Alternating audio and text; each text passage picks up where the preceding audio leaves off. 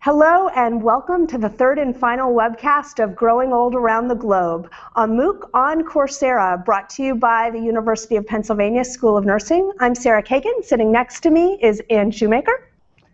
And we co-teach Growing Old Around the Globe.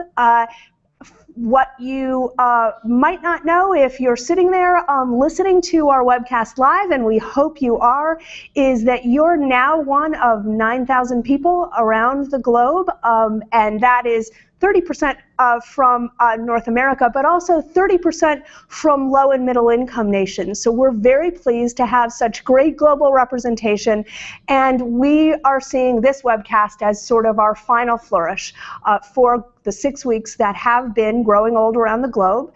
Do remember that if you're completing the course, that the peer assessments are coming due very soon, and that grading will commence thereafter.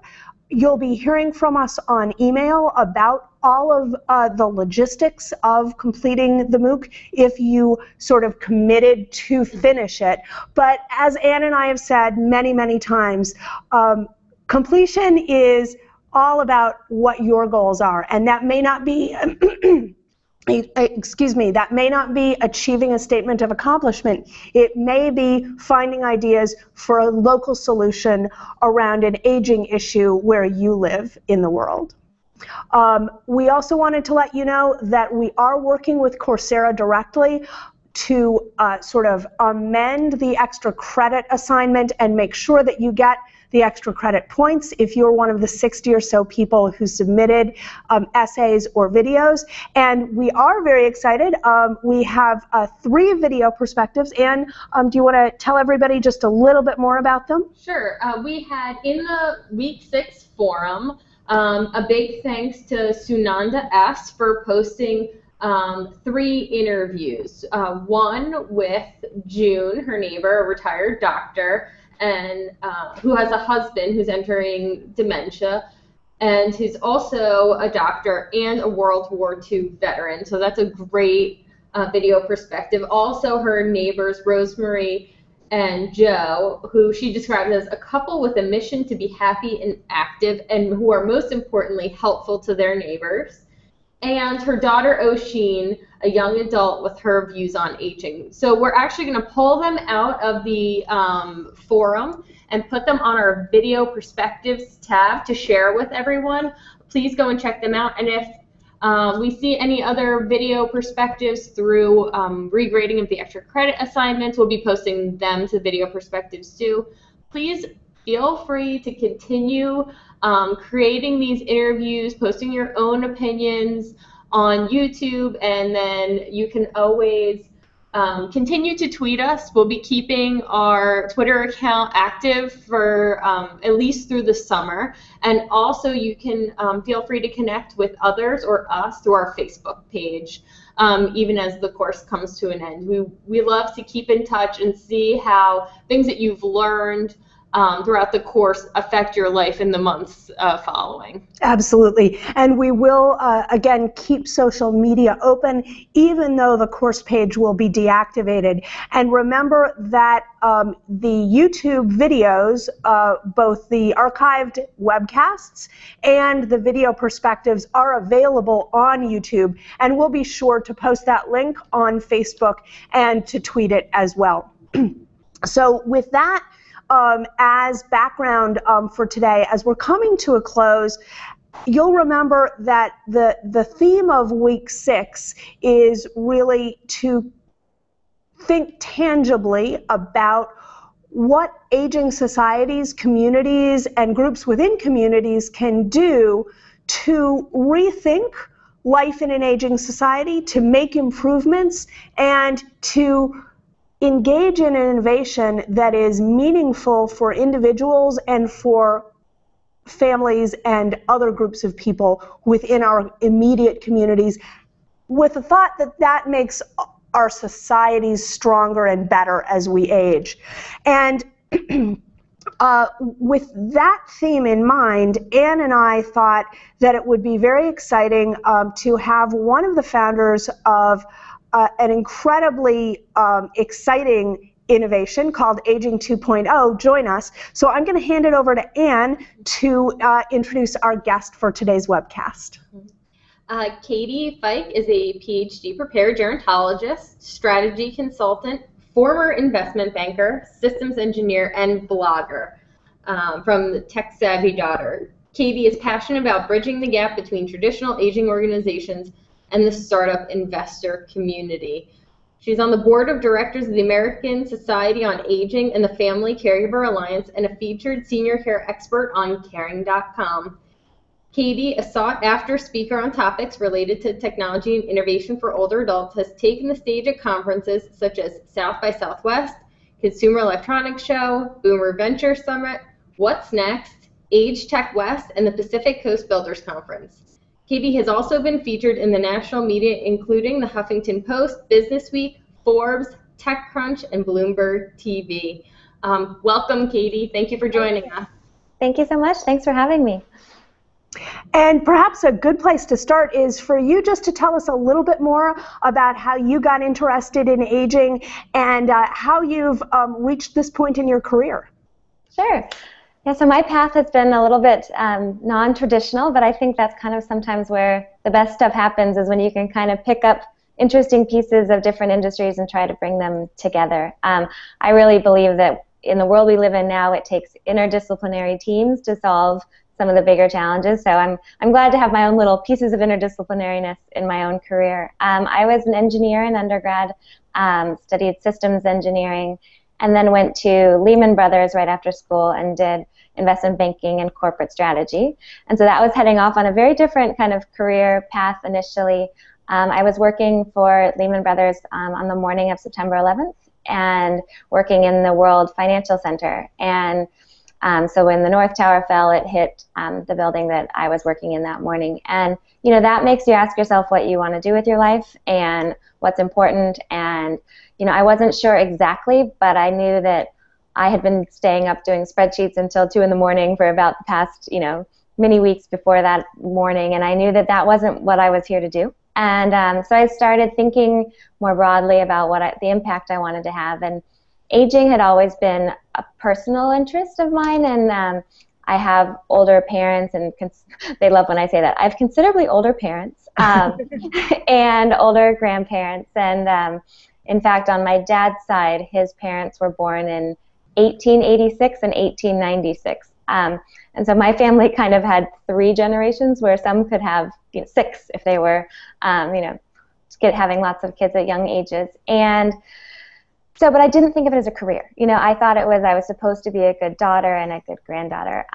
But my mom sent me a book by Bill Thomas, the geriatrician, the MD geriatrician, who is very passionate, as you guys know, around culture change and rethinking elderhood and rethinking, especially within skilled nursing communities, how we could be doing things differently. And I read his book, and it sounds cliche, but it changed my life. That book took it from my kind of N of 1 of my own family's aging experiences to there's this whole global world of aging and aging issues that we need to rethink. And I still remember reading his book and underlining literally every line, and kind of tears going down your face and being like, "There's really this is what I'm supposed to do." And so I went in and I told my boss at Lehman that I needed to resign and that I was going back to graduate school. And his question was, "Well, what business school are you going to?" Because that was the only obvious path. And so I said, "Actually, I'm going to go study gerontology." And he's like, "Ger what?" And we're still actually very good friends. And he's like, "I think you were onto something." But so I went back, and I'm originally from Southern California. USC in Southern California had a program for gerontology. And so I went back, started in the master's, and then after 1 semester, I was completely hooked and decided to re-up and stay for the PhD.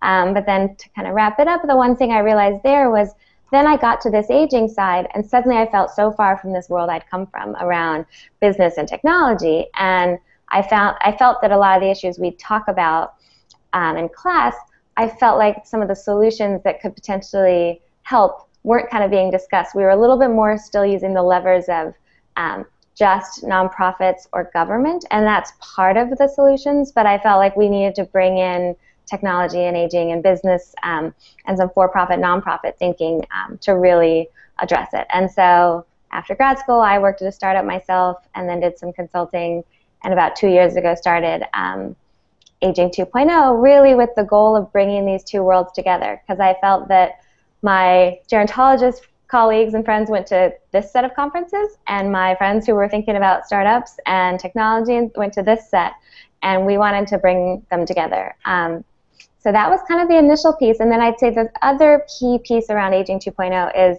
when I worked at an innovation consulting firm, I found that everything we did, it was for a bunch of consumer products companies, we were always talking about 18 to 49. You know, we were working for General Mills and Colgate and Georgia Pacific, and everything was 18 to 49. And I'm like, I promise you, older adults buy toothpaste and dish soap, and you know, and we should be understanding how, you know, talking to them. And but I was also struck by, in that process, we were in people's homes, we were observing them using dish soap, using toothpaste, talking about how toothpaste made them feel, and I was like, we don't do any of this for older adults. We just design products and services for them, and we wonder why we're not, you know, why they're not thrilled with some of the products we deliver. And so the other really big tenet, other than kind of interdisciplinary, is intergenerational. And, you know, we should be involving older adults in the innovation process early and often, and we should be designing products with them, not for them. So that's really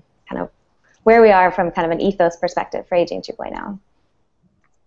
We can definitely agree with that, with you all the way. And I kind of hope that the story of your career development will inspire some of the people participating in Growing Old around the globe to rethink their career paths. Because Ann and I, how often have we talked about the fact that there just doesn't seem to be commensurate focus on the full extent of the lifespan and the many generations that we live and work with. There are multiple generations of people with different vantage points, different interests, different needs, and yet that midlife demographic seems to get so much attention, especially in a way, because I guess it's ironic, because it's no longer really midlife. That's a very young demographic for most societies, including ours here in America. It's funny, I often say I actually want to just put myself out of business. Like right now, we get a lot of press attention around the fact that we involve older adults in the process, and the fact that that's news, I want to make that old news, you know, that, and I think that, you know, involving your customer in product development is a best practice. It's not, you know, I hope it's not news for much longer. I think it should be the norm. And so even though we appreciate getting awareness out, I think part of what I want to do is put us out of business on that front, to make it the norm. Great. So tell us a little bit more in detail. What is Aging 2.0, and where do you see it going in the coming months and years? Sure. And so, you know, we've kind of been our own startup and our own, you know, trying different models and seeing what the market needed, where there was opportunity. But we started just over 2 years ago with a little kind of meetup style event in New York. Stephen, my co-founder, and I had been introduced from a variety of people, and they said, you two should talk. You're asking some of the same questions, you know, around why aren't we seeing as much innovation in this space as you'd expect? Why aren't we seeing it as quickly? You know, we've seen so many other industries, you know, disrupted, or whatever term you want to use, and with technology. And frankly, most aging services today still run the exact same way they did 30 years ago. And, you know, we think there's so much potential to do, you know, take the great work that people are already doing. You know, I think so highly of people who work in these jobs every day. But how can we leverage the great work they're doing and reach more people and drive down costs and all those things that technology is good at? But so we did our first event. I was flying to New York. Stephen and I had initially said we were going to just get coffee. And he said, why don't we see if anybody wants to get together and talk about this more broadly? And so we put it out to our networks, and about 30 or 40 people showed up. And it was that moment where you said, this is different. There's different people in this room that haven't been together before, and there's an excitement about kind of the possibilities that we found really exciting. And so we had a couple people present about exciting projects they were working on. We had some networking time. We had red wine in plastic cups, and off we went. And then we just kept doing it. Stephen and I would be at a conference in Chicago. We'd be like, we should do a little event here. And then I was in San Francisco. I'm going to start doing them out here. And we've now hosted 60 events in 10 cities in 3 countries, or 12 cities in 3 countries. And we've also put out a call, which might be of interest to the people in your class. We put out a call for other ambassadors who want to start local Aging 2.0 communities, and we've now heard from, I think, about 46 or 47 cities around the world. And so we'd like to continue to grow this. And, it does take it's a good problem to have, but you have to figure out how to gracefully do that, and support that and roll it out. But so we've been hosting the events, and for about the last 18 months, or the first 18 months of it, we just listened. We tried to really listen to what are the challenges that entrepreneurs have as they start working to launch companies in this space, and what are the challenges that the long-term care organizations have when it comes to finding out about new innovations, absorbing them into their organizations, and then what are the challenges that seniors are seeing as they start to hear about some of these new products. And what we realized along the way was that it was a very common set of challenges, especially for the entrepreneurs and the long-term care providers. And the entrepreneurs' big challenges were, we kind of say there's 4 big barriers to innovation in this space. The first one is around consumer insights. And so, sometimes you have really smart people who think the problem's over here, but there's, actually it's this that's a bigger problem. And we have a lot of entrepreneurs in their 20s, 30s, and 40s who were thrilled or excited about the space, but they need the nuance of, either the perspective of the older adult or the perspective of the people who work with them every day to help shape and refine their ideas. So the insights are important, and I think another big thing there is you can create this cool thing because you can, but if it's the 9th biggest problem of the administrator, that's never going to be, something that they implement. And so we want to make sure that they're kind of hitting the target faster, that they understand the need. So insights is a big one, especially with this intergenerational component, because most entrepreneurs are designing for themselves, which most of the time, an entrepreneur experiences something in their own life and then they decide they want to make it better, whether it's a mompreneur who doesn't like her stroller and designs a new stroller, or a mountain biker who doesn't like his bike computer and wants to start working on it. And the challenge around aging and innovation is we need to expose kind of the makers and the solvers and the 25-year-old tech developer to a problem they might not even know exists, but that we think has huge opportunity. So that's a real role we see ourselves playing. And then the second one is, once you really understand the problem, as you guys know, there's so much kind of design and marketing challenges in our space that you have to make sure it really works, and the usability, and then also the marketing. There's tons of landmines in the marketing space. You can't call it a product for seniors. You can't. How do you talk about it? How do you position it? How do you market it? Is something that we've seen a lot of companies not do well. And so there's a lot of nuance to how you market these products. And then the third and the biggest one is around distribution. How do you, get a great idea onto the world? And that's really where the partnerships with the long-term care providers help. But distribution is a huge challenge. And then funding. How do we help these startups find capital in a space that still feels really new to traditional venture firms? So those 4 areas were the areas we identified. And we'd also, along the way, found some startups we were really excited about, that we loved what they were doing. We felt like they needed to get out into the world. And so we launched our accelerator program in November, which was the first startup accelerator program focused specifically on aging and long-term care. And we picked 11 startups, and we took them through a 6-month program where we really tried to help them overcome those barriers. And we do think one of the best things we can do for the space is show that this is a viable place to have a startup. That if we can show that this person had this great idea, that they built it and refined it, they pilot tested it, they got funding, and ultimately they get out into the world and ideally, get acquired, or that success is what draws people into a space. Yeah. And we involved a lot of corporate partners, which was important too. And so that was the last 6 months, and then in May we hosted our first big event. All the other events have been kind of local. We did our first summit, which was an invitation-only event with about 40 startups from the Aging 2.0 network who we specifically selected, and then a bunch of executives from long-term care, some consumer tech executives, people from Philips and Intel and Google, and then also some consumer products companies, Clorox, Coca-Cola, and then investors. And the final thing I'll say is that at that we announced the launch of our venture fund. So now we also have a small early stage fund where we're able to invest capital as well as these kind of advisory services in startups that we're excited and want to help get in the world. Mm-hmm. Now, Katie, you talked about insights a lot, and something that has come up a lot in our course and through the discussion forums is that this idea of the people who are presenting these innovations, like you said, are in their 20s, 30s, and 40s. And there's maybe, when someone who's 20 years old is presenting it, there's a lot of challenges, including, even if you speak the same language, there's definitely a language barrier many times between. Do you have maybe older adult consultants or people who have been in the industry who are also working with you?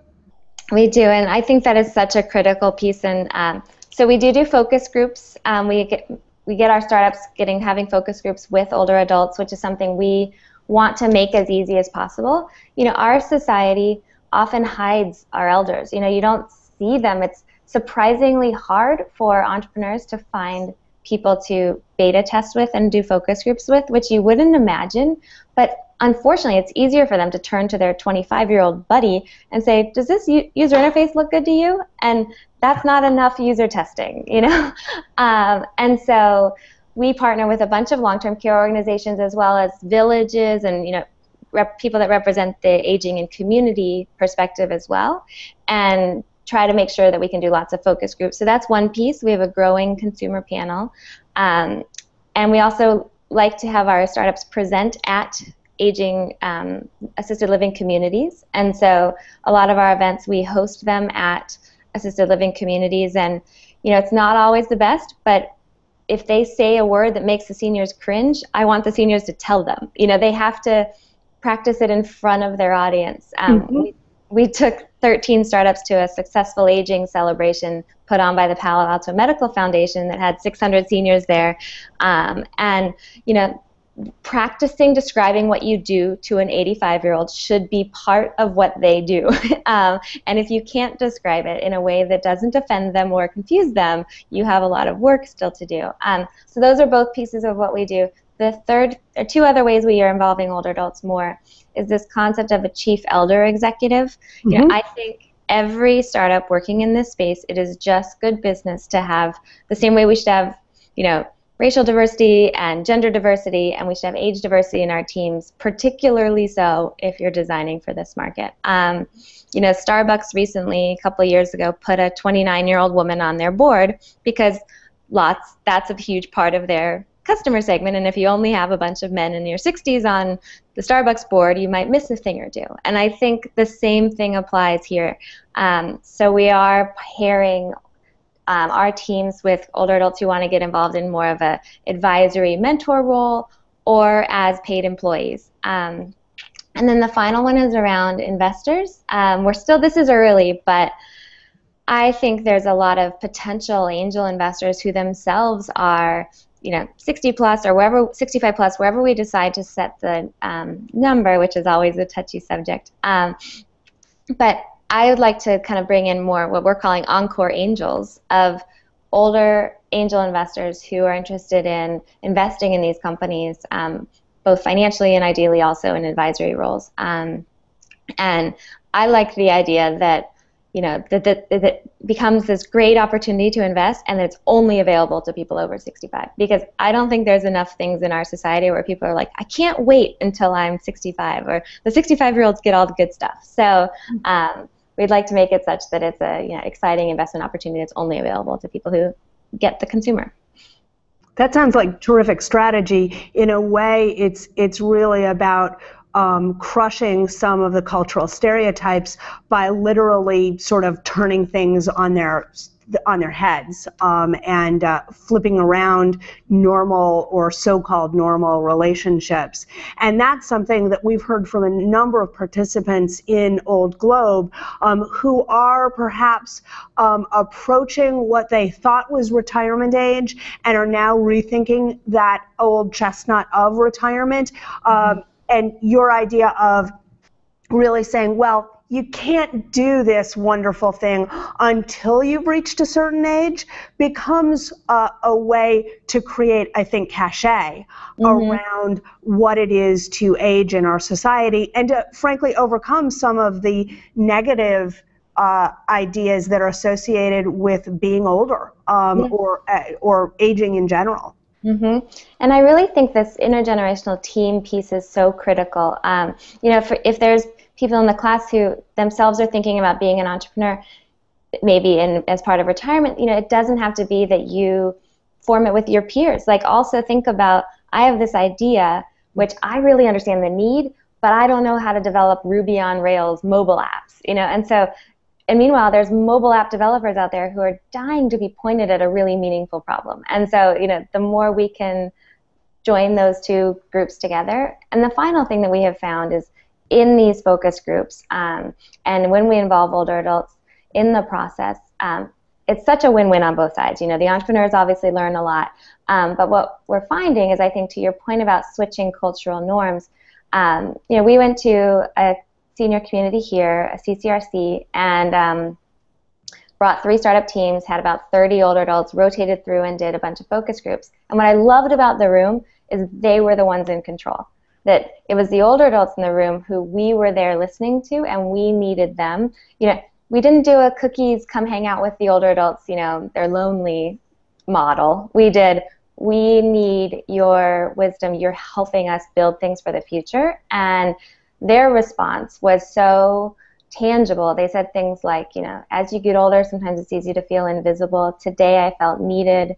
It's so, great to be part of their excitement and enthusiasm and to feel like you're helping shape someone who's going to create something that's going to be long-lasting.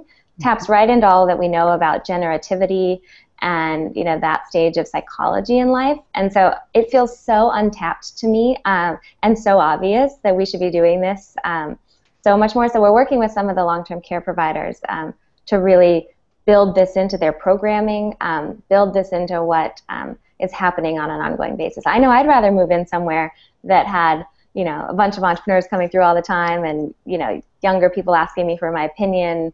That seems a lot more fun to me. Yeah, chances to work to create collaborations and partnerships.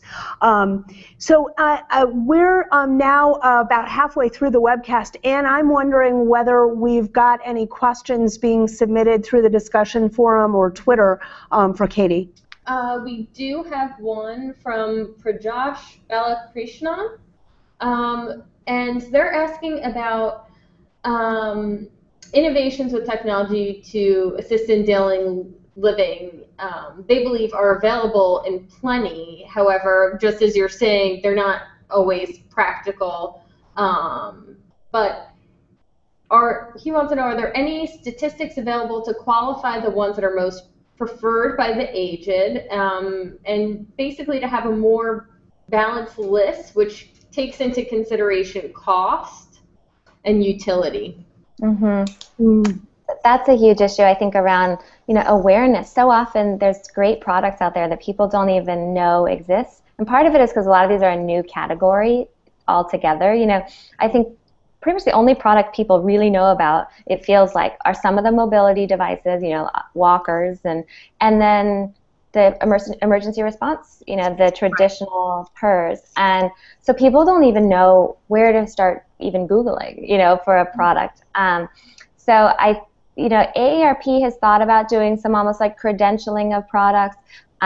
We've started thinking about, should we be doing more of just having a voice of, this is what we like, this is what we've learned about. I'm on the board of the Family Caregiver Alliance. We're talking with them about the role they could play around, for some reason our industry has been very comfortable doing the information and referral between services, But referral to a tech product is new for the people who are in those roles, and so how can we make that easier? So we're going to be doing more on like the writing side. But a perfect example, I just got an email from a woman whose dad had wandered in his assisted living community, so not outside, but some dementia, and had actually wandered and fallen asleep on a couch in someone else's room. And they thought he had left the premises. There was this huge, really scary thing. And so she emailed and said, is there any solutions for like kind of GPS locator stuff? And, we were able to send her a whole list. Granted, they're not perfect, but there's actually options. But I knew to Google GPS locator Alzheimer's, it didn't occur, she didn't know to do that. And so, we need to make it easier for families to find solutions based on the needs that they have. We're also working with an e-commerce company that is working to design a better e-commerce experience around this. So if there's stuff happening, I agree there's still a long ways to go, but I really like categorizing them by ADLs and IADLs. What's the need you have, and here's some solutions that could help it. And just for our old Globers, remember that ADL stands for activity of daily living. That's things like feeding yourself, toileting yourself, washing yourself. And IADLs are instrumental activities of daily living. Things like shopping for food, preparing food, balancing your checkbook. And those are categories that have been used in gerontology for a long time and in aging services. But to take them really to an e-commerce kind of situation, and to have entrepreneurs aiming to address some of the more common problems, sounds like a pretty exciting advent in our industry. I'm wondering, because I'm wondering if there are viewers out there who have the same question I do, can you give us an example of a startup to sort of make almost more concrete the kinds of partnerships that you're supporting and advising, so people can get a sense of some of the products and services that you've been involved in developing by way of Aging 2.0? Sure. So there's a bunch, and it really runs the gamut. But we talk about 4 main categories, so I'll start there, and then I'll dig in on a few examples. But connected independence is one area that we kind of talk about, and so that's using technology to help people stay, and I don't even like the word independence, because I think it's a false ideal, but, that helping people do what they want to do, live the life they want to live, but also stay connected to their family and their community. So we'll talk about some ideas there. Caregiver tools is another big one we see, so how can we help both family and professional caregivers, do what they need to do more efficiently. The third category is around ageless style. So as you guys know, there's tons of kind of ugly, durable medical equipment products. We also see them becoming not only better looking and more high style, but with some smarts around them. So kind of, could we have, I was just talking yesterday about, could we have a smart cane for someone who has vision impairment that could actually kind of, like right now we have the blind cane that bounces around, could we have a radar bouncing around and telling you if there's uneven surfaces coming? How can we take existing things and have them become a little smarter? And then the final area where we like to focus, we call it lifelong wellness, but I believe there's a lot of really exciting innovations happening around healthcare right now, but a lot of focus is on congestive heart failure and diabetes and some of the key chronic diseases. We try to get entrepreneurs focused and excited about some of the geriatric conditions that they may not know exist. So I get very excited about incontinence innovation, and and I always find myself talking about incontinence. It's become an ongoing joke, but incontinence innovation, or around medication management with multiple medications, or falls, or rethinking hospice. And so there's these areas that I think are undeveloped. So 2 I'll mention. The first, in connected independence, there's a company called Lively, and their website is mylively.com, and I've been advising them for about a little over a year now, I'd say, and also they were part of our accelerator program. They're working in kind of that remote monitoring, smart home, sensors in the home space, which is a space that's been talked about for a really long time, but we haven't seen as much adoption. And I think what they did as a really sharp team is they looked at all the pieces of why we haven't seen adoption, and I think very thoughtfully designed around them. So the first is cost. You guys mentioned cost. You know, a lot of those solutions are very expensive, you know, $1,000 to trick out your parents' house. They just dropped the cost to $39 up front and I believe like $25 a month.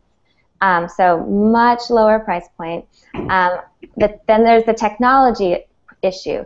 You know, you don't have to have Wi-Fi to use Lively, so it connects through a cellular hub. The setup is incredibly easy. You know, you plug it in and it finds a cellular signal just automatically. The sensors come Bluetooth synced, so you just stick them on things, and it's just easy. So they looked at each hurdle. You know, is cost the hurdle? Is technology the hurdle? Is design the hurdle? You know, how do people feel about these objects in their house?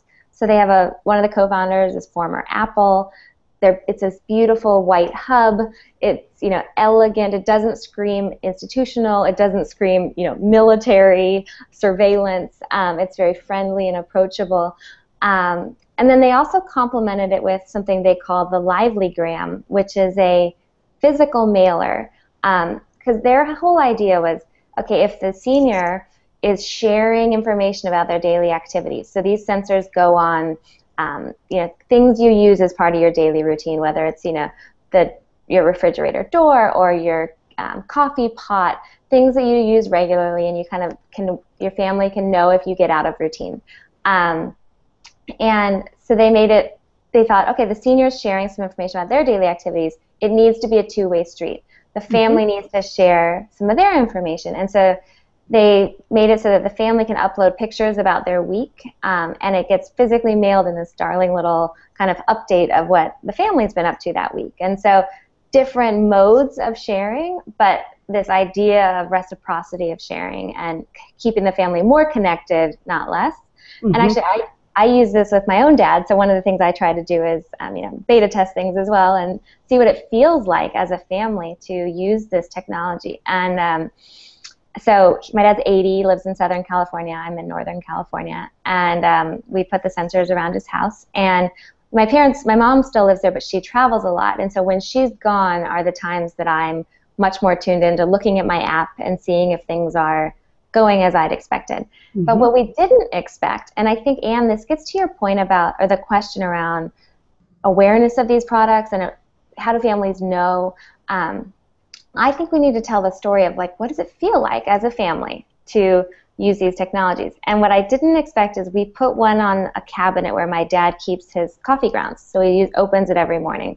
And what everyone worries that technology is going to make things less personal, but what it has done is he now thinks of me every time he opens the cabinet, and he feels like he's saying hi to me by opening the cabinet. And my dad's a funny guy, so sometimes he'll just go over and open and close the cabinet a couple times just to say hi to me.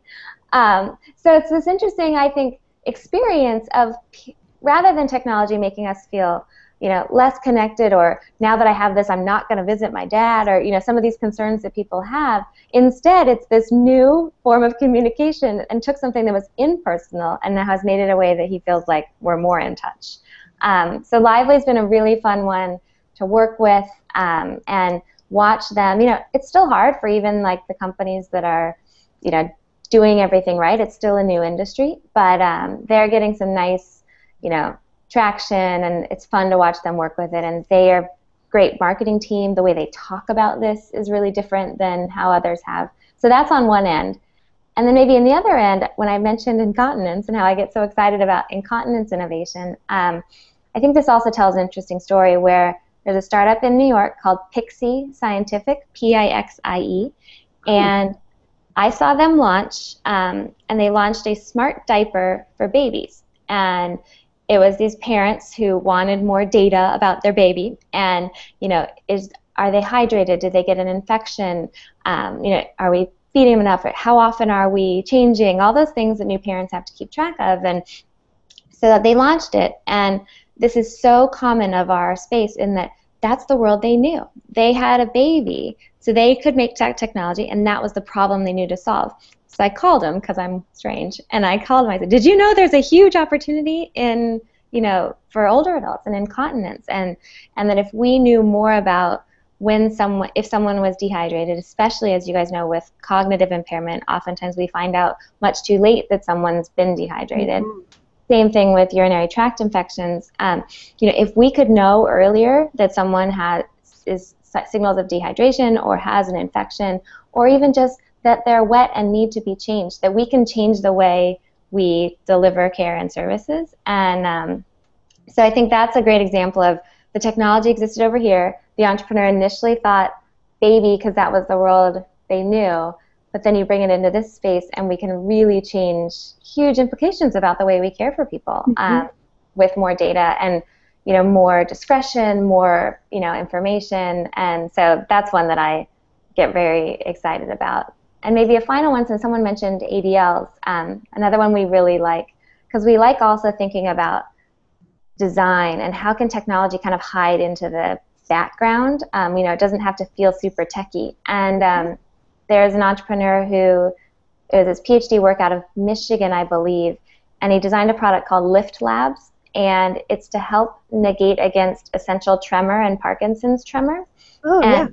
And help people feed themselves. And so it's this counterbalancing technology. So if your hand is shaking, the actual part of the spoon doesn't shake, and so you can still feed yourself. And the technology disappears. The way you turn it on is just by plugging the front part of the spoon into this base station, and it's on, and it just works. And I recommend, if you guys like videos, watching the videos on the Lift Labs website, and it'll show someone who's eating like something dry, and it's shaking and falling off the spoon. Mm-hmm. They no longer are eating in public, or they have to be fed by someone else, and then picks up this beautifully designed spoon that costs right now about high $200, but they're working on driving down that cost as they get the numbers higher, and also working on reimbursement.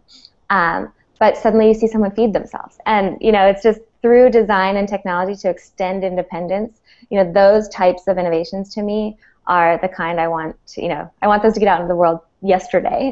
and I think these key activities of daily living, if we can help people have control and dignity through design and technology, that's what gets me really excited. Mm-hmm.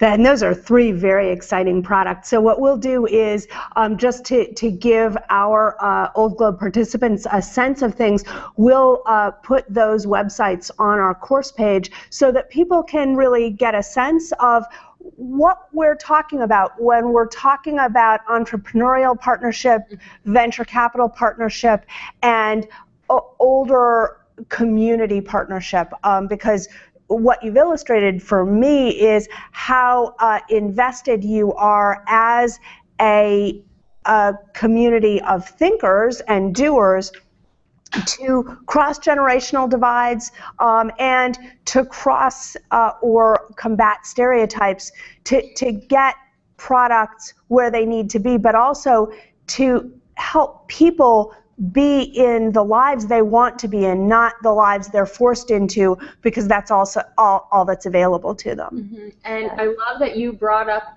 this cross-generational reciprocity. It reminds me of our discussion with Paul Tang and Monique Lambert from Linkages. Yeah. So that's wonderful to keep that idea that it's not that we're doing something for older adults, it's that we're getting something out of it in exchange. And there's an exchange, a life exchange, knowledge and experience exchange as we're moving through these technological advances. Mm-hmm. Absolutely. I was going to say, I also use one more app that's not it's not aging focused, but my dad and I use, it's called Find My Friends. It's a free app and we have it hooked up, and I can see where he is, and the reasons I use it a couple times. I use it if I check before I call him, because I'm a little worried about his driving, and so I don't want to call him when he's driving down the 405 freeway in Southern California. Definitely. And so I will check, and if he's on the road, I don't call yet. Or sometimes I'll know he was up in LA for something and he was driving home, and it might be late at night where I am, but it's too late to call, but I just want to know he's at home. So checking and seeing his dot hovering over his house, just makes me not be that neurotic daughter who's kind of wondering about, worst case scenarios. And so, there's some of these technologies already exist, and you can just think about how can I kind of repurpose them for kind of the needs that we have as have older parents. Mm-hmm. Absolutely. And that's a kind of great way to think about existing technology, not excluding the entire lifespan. And your example about the Pixie diapers is a good one.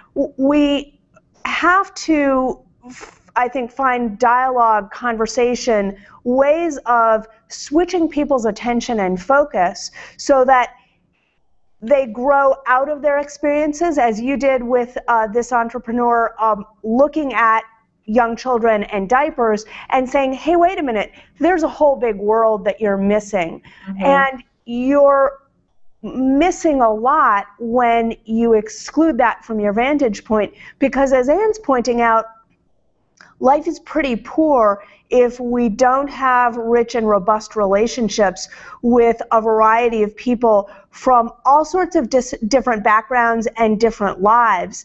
And your point about diversity is one that Anne and I have been trying to really put forward again and again, because so often people think of diversity as a social phenomenon that has to do with gender, ethnicity, and perhaps religion, but rarely do we really think about how much ageism is embedded in our vantage point. And I've found this to be wherever I've traveled around the world, how often we don't even consider diverse ages to be an important factor in understanding the richness of our lives and our worlds.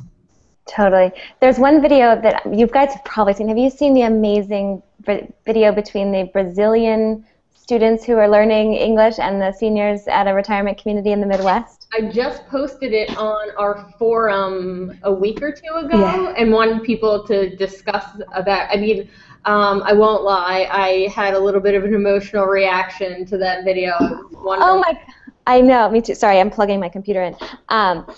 It's incredible, and I think, it's such a perfect example of we have these assets, we have this wisdom, we have people who have the time and want to do something meaningful, and how can we pair that with real needs in our world? And, I think that is one of the best examples of that paradigm shift.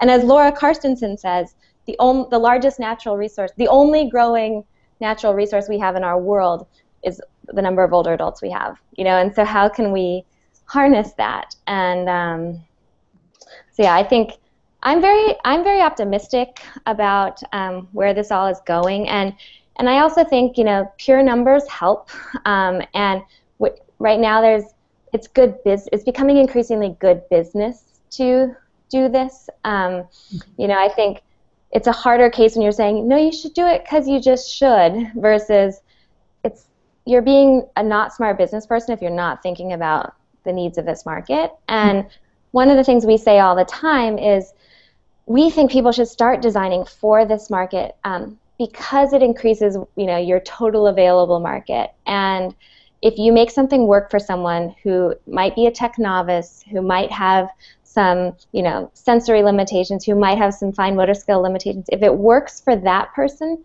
then it's going to work for everybody. And as we know, the reverse isn't true. If it only works for the lead user, 25-year-old with perfect eyesight and who's an expert, then you're actually narrowing your market. So I think the more we can tell that story of, it's the classic OXO story, right, of the Good Grips can opener, of that he saw that need because his wife had arthritis. No one else would have made him see that need except someone who was struggling. And then he saw the need, and he realized, actually, that's latent in the whole population, but everyone else is compensating for it. And so how can we see those needs and then just design the coolest, most beautiful solution to it you can, is really where I think we're going to find the most exciting innovations.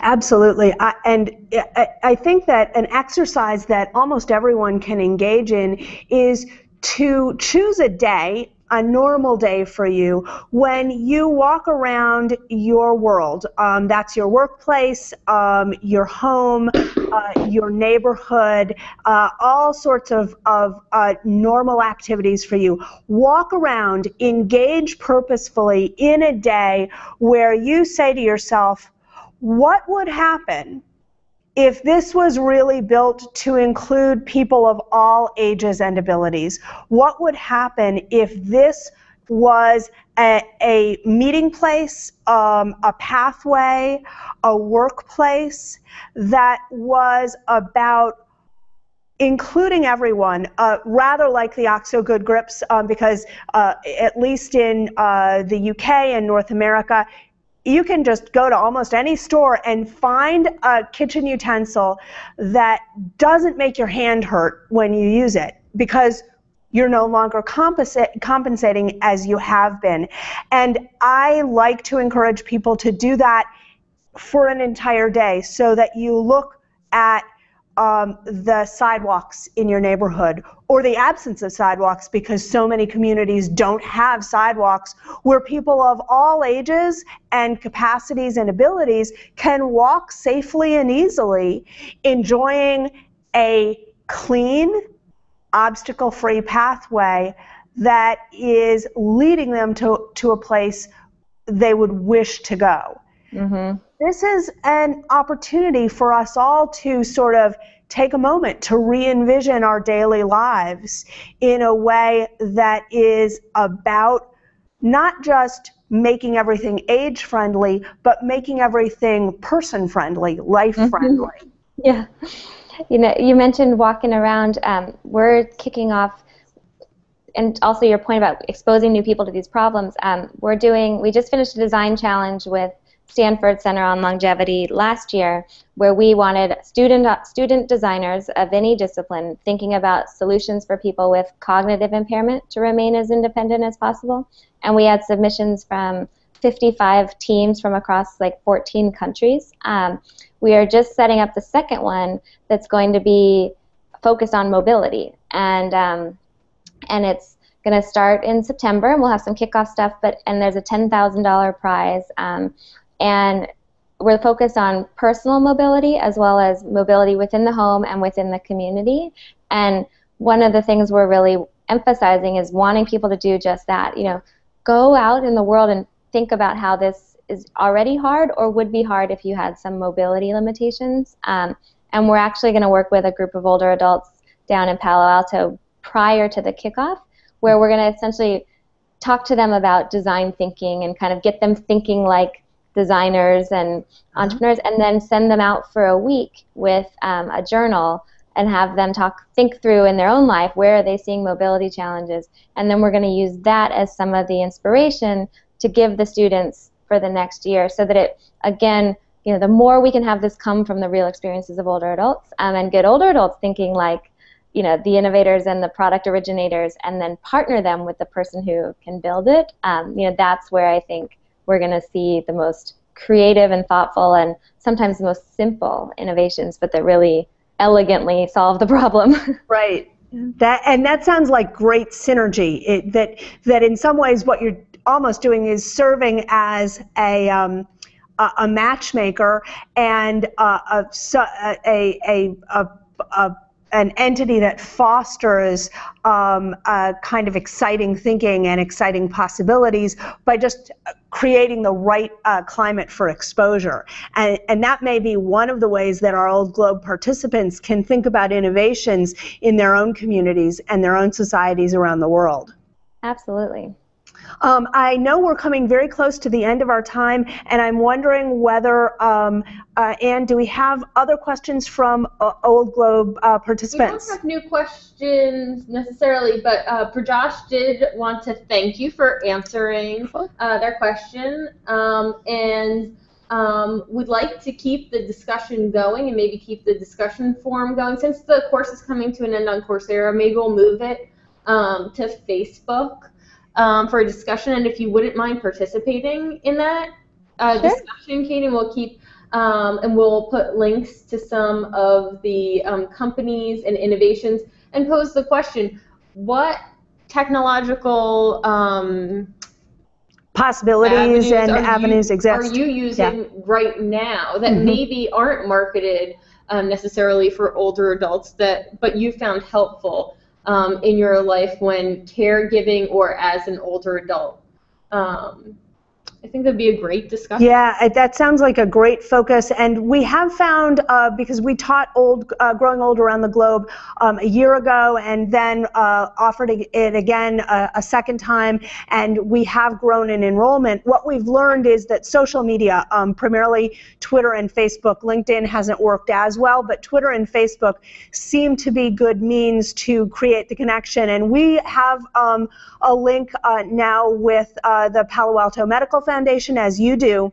And I think that in combination, we may be able to create a pretty interesting network. So Ann and I will give it some thought about how to really leverage social media, and we'll probably draw in our colleagues from Wharton. I had a chance to appear on Sirius XM's Wharton Biz Radio last evening with Stu Friedman, whose focus is life and work. And I think we'll probably reach out and get Stu involved as well, because of course much of this is about the balance and integration of life and work. And we'll then try, as a follow-up to Growing Old Around the Globe, to sort of leverage the interest of the 9,000 plus participants whom we have enrolled right now, and probably some folks who were enrolled last year, along with you, the folks at Palo Alto Medical Foundation and others, to build some cross-fertilization and energy there. So that'll be our follow-up. How's that? It's a great follow-up. And yes, I'm happy to be involved. If you could just send me the link for the Facebook, I'll join the group. That'd be great. Super. We'll do that. And we are coming to the close of our webcast. So Katie, special thanks to you for joining us today. I think Ann and I are like, wow, ooh, look at what we can do. And of course, that's what people like you and Ann and I all want to do. We recognize the value and excitement of living in our aging world. And to those of you who've been part of Growing Old Around the Globe this time, thank you. We're so excited that we were able to draw an audience of almost 9,000 people, and we look forward to continued engagement on issues of aging and making our aging communities and societies better places for all of us to live and work and enjoy our daily lives much more than we ever thought possible. So thanks again. And from Philadelphia, we're signing off.